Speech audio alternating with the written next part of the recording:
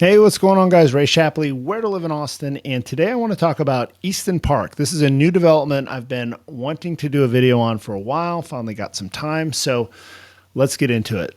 All right, so there's a lot going on in Easton Park. There's a lot going on in this part of town, Southeast Austin. So let's start by talking about its location. So this pink shape here, this is Easton Park, and it is about, so here's downtown Austin. It's about 13 miles to downtown Austin.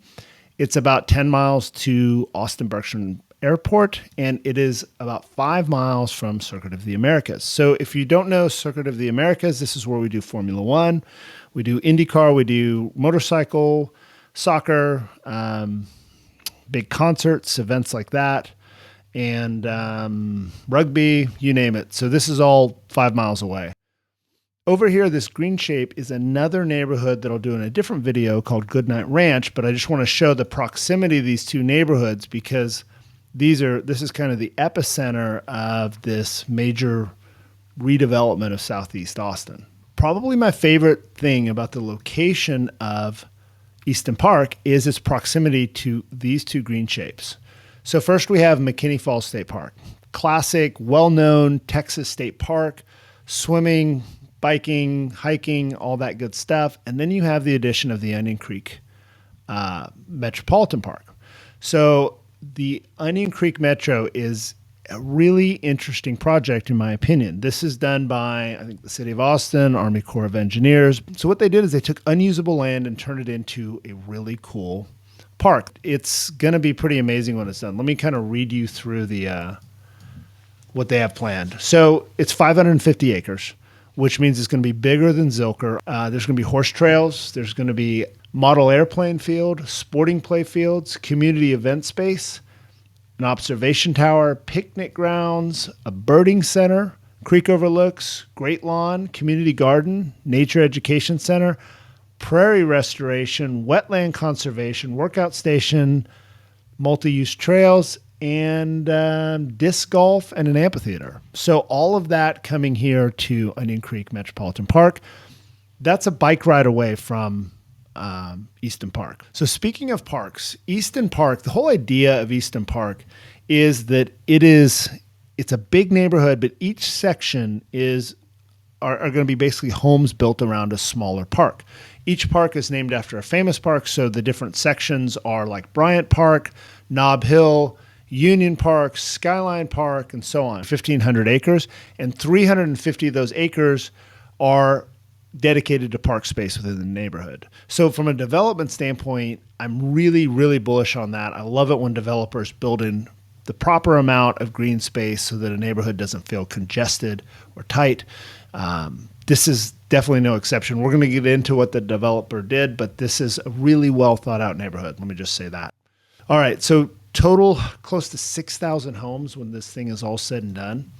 The main thing that I think separates this from other neighborhoods right now, well, there's a couple things. So the first thing is its proximity to things. This is new construction at a relatively good price.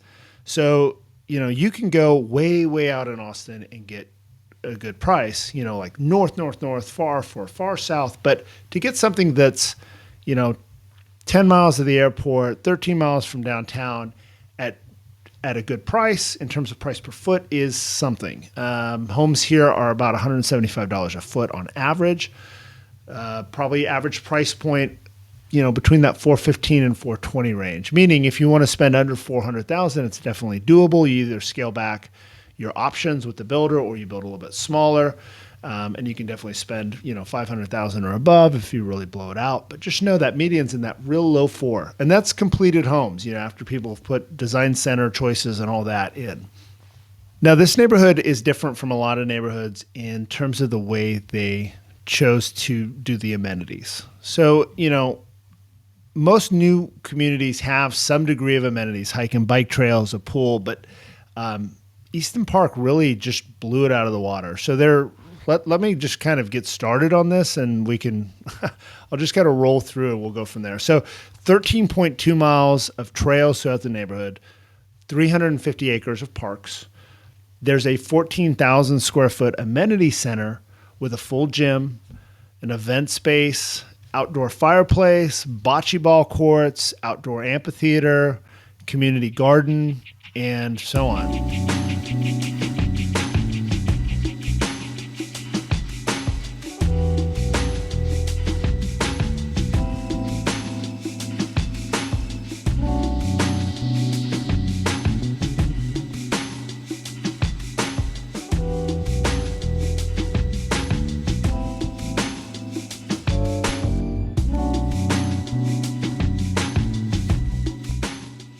In the neighborhood itself, there's going to be playscapes, obviously, throughout the neighborhood for kids, open lawn space, parks in general, a community garden. There's going to be a farmer's market, a street market there, a bike barn, an outdoor amphitheater. And so really, when we look into this, they've really thought from an entertainment standpoint about what to do throughout the neighborhood. There's also going to be some commercial and some retail. Now, we don't really know what's going to be in there. So just because the neighborhood hasn't developed out to that phase yet. One thing I will tell you, early on in a neighborhood development like this, I do think there is a good opportunity if you're looking in the neighborhood, getting in the earlier phases, because they tend to increase prices as they go. This neighborhood sells pretty well, so I think that getting in the next sometime this year is probably a good choice, especially given interest rates. So there are a couple negatives that come with this neighborhood, in my opinion. The first is going to be the tax rate. The tax rate is going to be 3.02, which is on the higher side of tax rates. This is not uncommon with new developments. New home, new communities, they generally don't have the infrastructure. They have to build it, and they have to raise taxes for that community to pay for it. That's what happened here. It's called a MUD, Municipal Utility District, and that's why the taxes are higher. Again, this is really common with new communities, but it is a negative. There are exceptions. There are new communities I'll talk about in another video that don't have this, but this one does. Most of them do. Secondly is the schools. So this is Del Valley ISD. While there will be a school in the neighborhood, or there is, called Collins Elementary School, it's a new enough school. I don't really have good data on it, so I don't know how well that one performs, but I can tell you the general ISD, the school district that it's in, is not a good one. Not even like an average one. It's bad. So just know that going in. It doesn't mean you have to go to that school system. There's a lot of different private options these days. Collins Elementary, for all I know, might be a good elementary school, but just know, even if that one's good, you still have kind of underperforming middle school and high school if you go take the public school route in that neighborhood. It's just go in eyes wide open. Just understand that. So one more thing to be aware of is just proximity to the airport means that you're going to have some planes flying over from time to time. I've spent some time out there. I got to hear, one or two planes flying out. It really wasn't that big of a deal to me.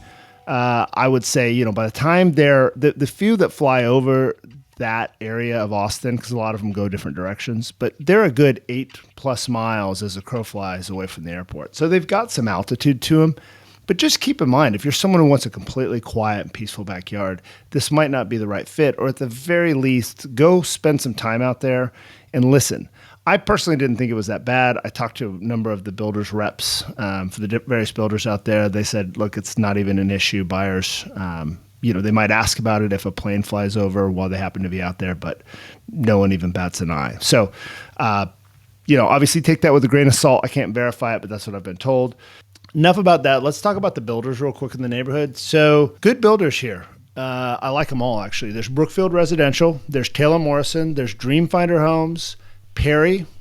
I like Perry a lot. Pacesetter and David Weekley. So all of these builders are good. The one thing I'll say is there is a difference in terms of their offerings. Some of the builders came into this with a more traditional lineup of homes in terms of architecture and floor plans, and some of the builders came in with a more modern approach, especially to the exterior, the architecture of the home.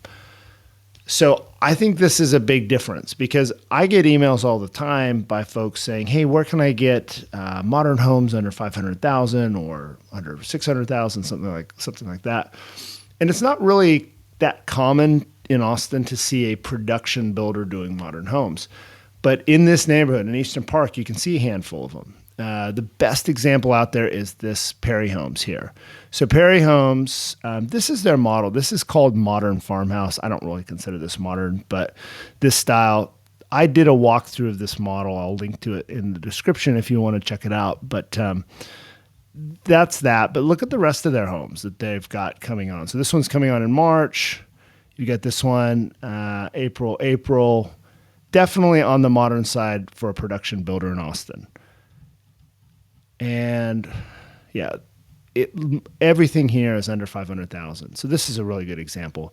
In a neighborhood like this, given the demographic that this developer is going for, I think modern is a good move. So if you like modern homes, I would not be afraid to be building modern in here. I think you'll get more in resale than you will for a more traditional look of a home, and you're not going to pay for it because modern doesn't cost anything more to build in general. And if a production builder's doing it, it certainly won't. So I would definitely be looking at modern if that's your style. This is a neighborhood to do it. There's two types of homes in the neighborhood. There's going to be single family and townhome, but the vast majority of the neighborhood will be single family. There'll be some smaller sections of townhomes, and those are going to be more affordable than the single family. So overall, I think Easton Park is a great neighborhood for someone who wants that location, that proximity to both downtown and the airport, but doesn't want to pay typical Austin sticker price for new construction. So price point's really good. I think you get a really cool product for your money. If you know Mueller development at all, I think this is kind of along that same vein. This is going to turn into something kind of like a Mueller development. So I do think it's a good investment.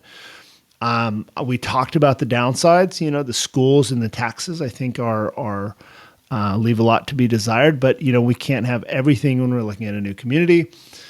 Overall, I would say that this community kind of knocks it out of the park in terms of their development style or their ideas around the development, and then their kind of community that they've got going. I know I talked to the Homeowners Association. They're really focused on community events, bringing people together. And I think just overall, this is going to be a fun place to live. And, if you can get new construction, great location, fun place to live, with lots of natural parks, hike and bike trails, you're near, nature reserves and parks. It's pretty much a win. I think this is a good choice. Now, there is a neighborhood that's, I would say, is going to be its rival. I've talked about it at the beginning of this video, and that is Goodnight Ranch. I'll do another video on that coming up. I would really look at both and compare the two because I do think there's pros and cons to each one. So if you guys have questions about Easton Park, about the models, the builders, anything like that, let me know, and I will see you on the next one.